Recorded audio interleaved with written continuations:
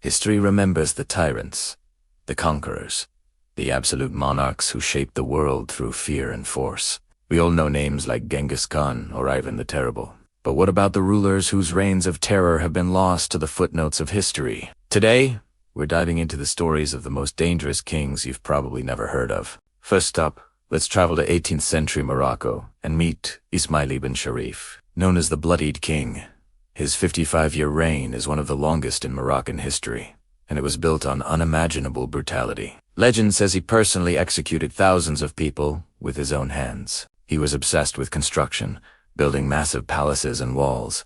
But his workforce was made up of European captives and enslaved people who were worked to death. His personal guard, the Black Guard, was an elite army of enslaved soldiers, loyal only to him. Ismail's paranoia and cruelty were boundless, making him a true terror of his time. Next, we journey to ancient Persia to find Cambyses II, son of Cyrus the Great. While his father is remembered as a benevolent ruler, Cambyses was the complete opposite. After conquering Egypt, his behavior became increasingly erratic and violent. The Greek historian Herodotus tells us he desecrated Egyptian temples, mocked their gods, and even stabbed the sacred Apis bull. He had his own brother secretly murdered out of jealousy and flew into a rage and killed his sister wife after she made a simple, sad remark. His campaign into Ethiopia was a disaster, with his army reportedly resorting to cannibalism to survive. Cambyses' short and chaotic reign was a whirlwind of sacrilege, paranoia, and murder. Finally, let's look at Peter I of Castile, also known as Peter the Cruel.